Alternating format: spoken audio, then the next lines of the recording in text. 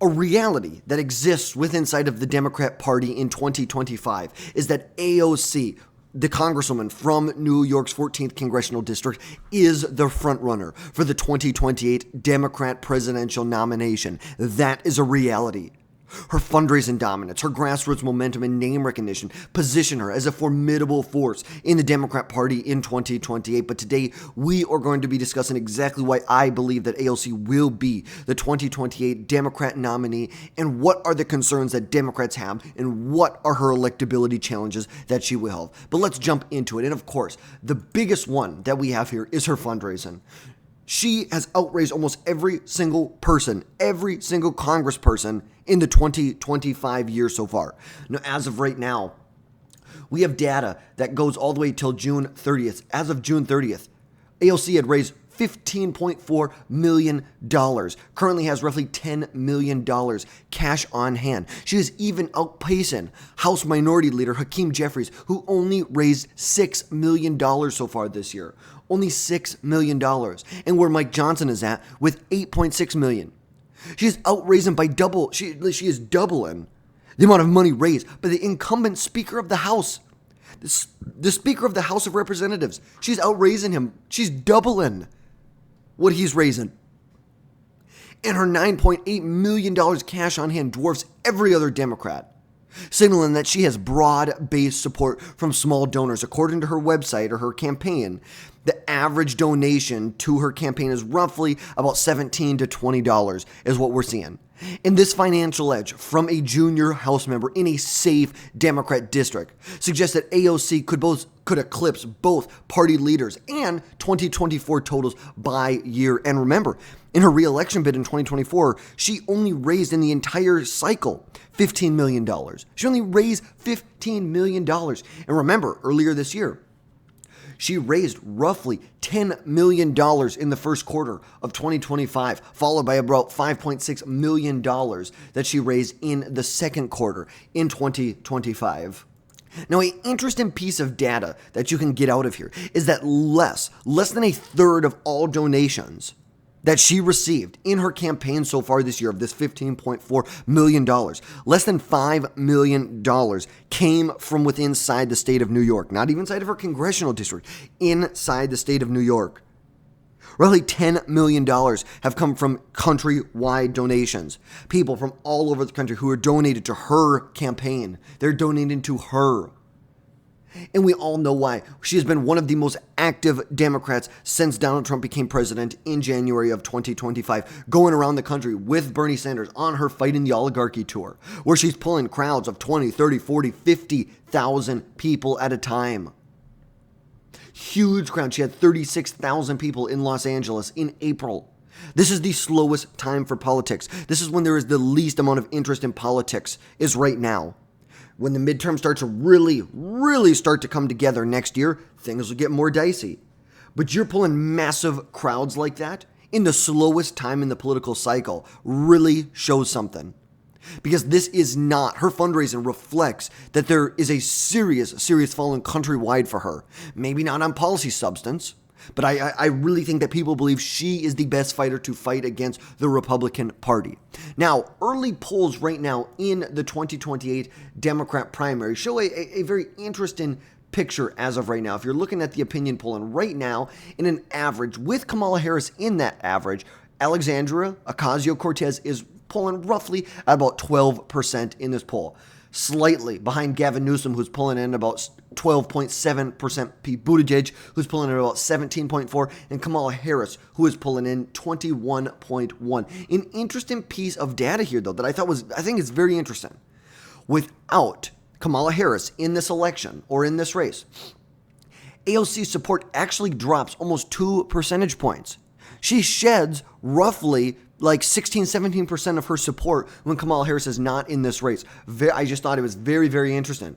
But this most recent poll that came out from Atlas Intel from July showed Pete Buttigieg in the lead with 26.7 percentage points. But let's be honest, we know Buttigieg is not going to get the nomination. Buttigieg has no support among minorities. He just doesn't. How are you going to go to South Carolina, the state that basically gave Joe Biden the Democrat nomination with Jim Clyburn, the state that gave Joe Biden the nomination in 2020, that caused everyone else to drop out, because it is one of the most diverse vote-in blocks in the country in the Democrat primary. And Buttigieg, poll after poll after poll, shows that he has almost no support among the minority community. No support. So Buttigieg will not be the nominee. I really believe at this point right now that AOC has the best opportunity, has the best chance, and will be the 2028 Democrat nominee. Now, that doesn't mean that she has the best shot to win a general election in 2028. That's a whole other conversation that we could have at some point. Right now, we are solely talking about the 2028 Democrat primary. Who has the best shot? And it's clear that no other Democrat has the name recognition like AOC has. Her name recognition rivals top-tier candidates, despite the fact that she's a junior congresswoman from New York. And polls reflect that people are familiar with her. Maybe not, they don't have approval of her policies, but her visibility gives her an edge in a crowded primary. It is less about her politics. It's more about this visibility, this energy that she brings to the table. And her polling strengths highlight the Democrats' obsession with charisma over pragmatic leadership. They are more obsessed with the theatrics of politics than they are with actually governing. That's what they care more about, and that's exactly why the party is drifting towards people like Alexandria Ocasio-Cortez, why they're drifting towards people like Cory Booker, who gave a ridiculous speech. It's like, maybe I shouldn't call it ridiculous, because he said the truth. He said that the Democrat Party is weak. They're weak. He didn't say they're woke, they're weak, they're woke, and they're a bunch of fucking losers. They are lost, no matter what Democrats say. Here's the reality. A lot of people have a lot to say about Donald Trump's approval rating. And yes, is it true that Donald Trump's approval rating is underwater? Yeah. The average right now, I believe, is somewhere around 45%. But the reality is that even though Donald Trump is underwater, only has about a 44, 45, 46% approval rating in the most recent aggregate polling, the facts are clear that although they may not like Donald Trump, a majority of people may not like Donald Trump, they certainly do not like Democrats. Congressional Democrats' approval rating is sub 30%. We've seen some polls in 30%, but they're below 30%. Hey, Donald Trump, we may not like some things you're doing, but the Democrats, they're not even a contender in this. They are not even a player here. And yes, could they have a good election in 26 simply because of backlash to the Republican Party? But we know backlash to the Republican Party is not a long-term winning strategy for the Democrat Party. They've tried that. It didn't work. They lost in 2016. They lost in 2024.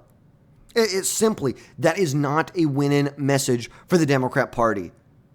And AOC appears to be the most viable Democrat candidate. She stands out the most out of anyone here.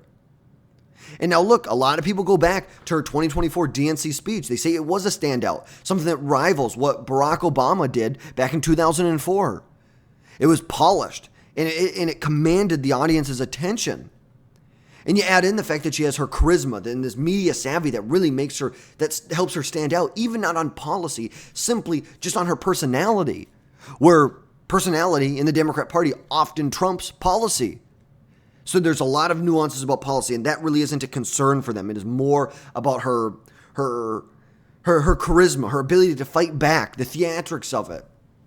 And unlike Newsom or Buttigieg or Josh Shapiro, she has that it factor.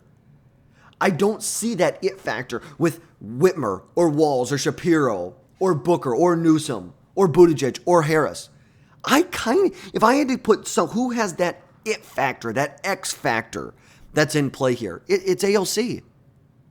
That it factor that energizes the base. Even if her rhetoric, is more of a performative stunt, it energizes the base. It gives off that it factor. And her stage presence makes a lack of governing experience a risky bet for Democrats, especially for a national candidate like this. But obviously, this appears to be the direction that the Democrat Party is going right now. And like we said, you throw in the fact that Fight the Oligarchy tours with Bernie Sanders drawing 20 to 50,000 people, even in red states like Idaho.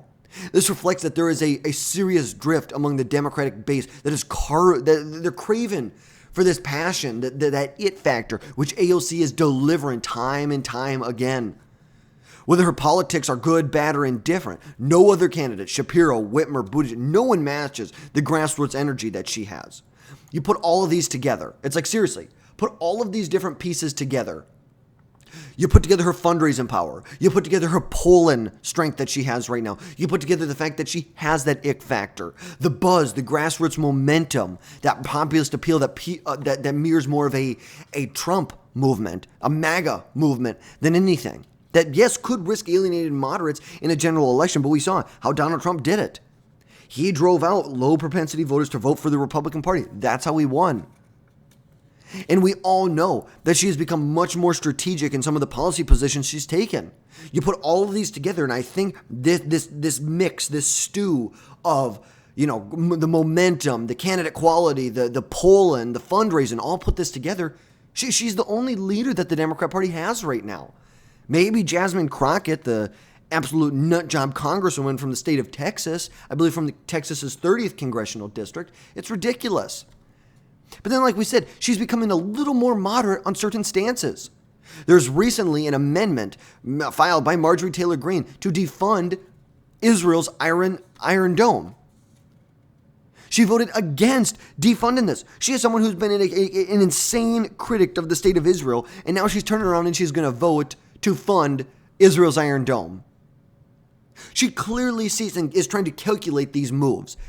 She's eyeballing a broader audience, trying to balance her progressive ideals with some policies that may make her a little more electable, that are going to help with her electability.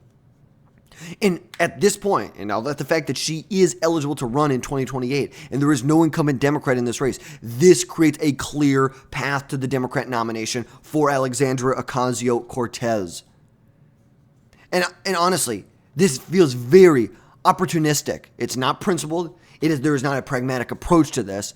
This is opportunistic. This is theatrics that is playing into this. But at the end of the day, that can work. That can work. It is a scary sight to think that AOC could be the president someday. Hopefully, her extremely progressive past will haunt her if she ever got the Democrat nomination, whether it's 28, 32, 36, 40, or beyond.